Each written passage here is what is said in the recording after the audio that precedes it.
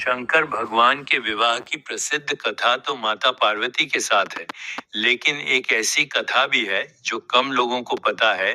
शंकर भगवान और देवी शारदा सरस्वती के विवाह का रहस्य। प्राचीन काल की बात है, जब शिवजी और सती माता का विवाह हुआ था, तब दक्ष प्रजापति ने उन्हें स्वीकार नहीं किया था। जब सती ने यज्ञ में अपने प्राण त्याग दिए, तब शिवजी गहरे ध्यान में चले गए और संसार से विरक्त हो गए। उसी समय देवी सरस्वती शारदा, जो ब्रह्मा जी की मानस पुत्री थीं, वे शिवजी को मन ही मन चाहने लगी। उन्होंने ब्रह्मा जी से प्रार्थना की कि वे उनका विवाह महादेव से करा दें। ब्रह्मा जी ने कहा, शिव योगी हैं, वे संसार से विरक्त हो चुके हैं, उन्हें विवाह के लिए मनाना कठिन है। लेकिन देवी सरस्वती ने संकल्प लिया और कठोर तपस्या करने लगी। उनकी तपस्या से प्रसन्न होकर शिवजी ने दर्शन दिए। देवी ने निवेदन किया, प्रभु, मैं आपको अपने पति के रूप में पाना चाहती हूँ। शिवजी ने मुस्कुराते हुए कहा, देवी, मैं पहले ही सती से प्रेम करता था। उनका वियोग मेरे लिए असहनीय है। मेरा मन अब विवाह के लिए तैयार नहीं है। यह सुनकर देवी सरस्वती बहुत दुखी हुई। उन्होंने ब्रह्मा जी से कहा कि वे शिवजी के लिए ही बनी हैं और किसी अन्य से विवाह नहीं करेंगी। ब्रह्मा जी ने उन्हें समझाया कि शिव के भाग्य में केवल पार्वती हैं, जो सती के पुनर्जन्म में जन्म लेंगी और शिव से विवाह करेंगी। हालांकि शिवजी ने देवी सरस्वती के प्रेम को स्वीकार किया, लेकिन उन्होंने यह भी कहा कि वे विवाह नहीं कर सकते। यह माई एक अनोखा प्रेम था, जिसमें कोई बंधन नहीं था, केवल सम्मान और स्नेह था।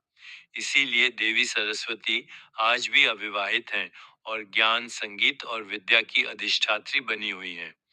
ऐसा कहा जाता है कि कश्मीर का श्रीनगर कभी शारदा पीठ था, जहां देवी शारदा सरस्वती का प्रमुख मंदिर था।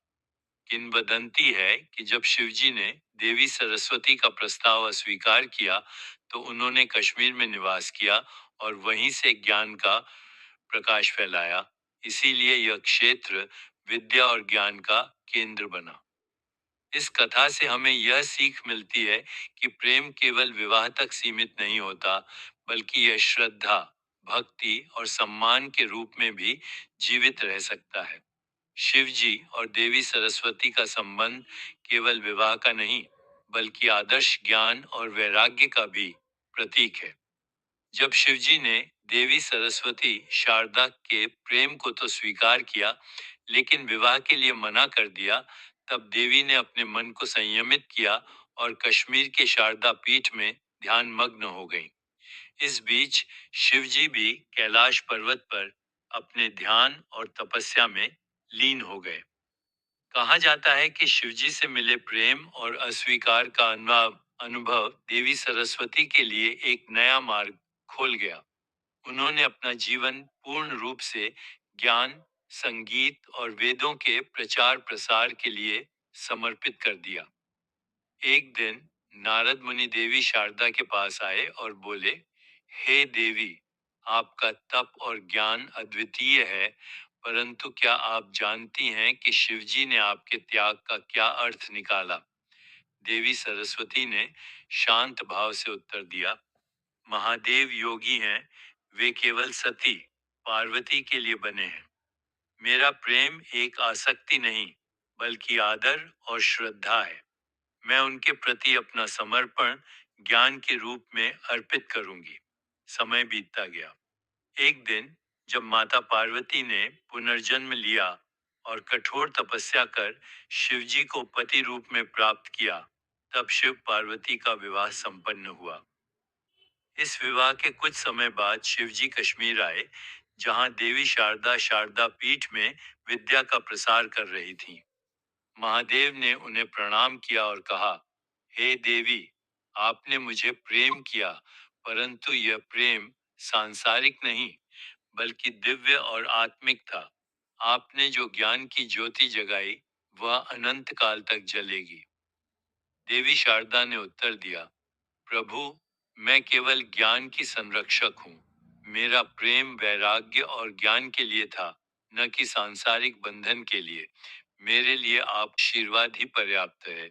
किंवदंती है कि उसी समय शिवजी ने देवी शारदा को आशीर्वाद दिया कि वे सदा के लिए विद्या और संगीत की देवी रहेंगी। इसी कारण शारदा पीठ और कश्मीर क्षेत्र विद्या और ज्ञान का केंद्र बना। आज भी शंकर भगवान को वैराग्य और शिवत्व का प्रतीक माना जाता है, जबकि देवी सरस्वती शारदा को ज्ञान और विद्या की देवी के रूप में पूजा जाता है। उनके प्रेम की यह कथा हमें यह सिखाती है कि प्रेम केवल सांसारिक बंधन नहीं, बल्कि आत्मा का शुद्धतम भाव भी हो सकता है।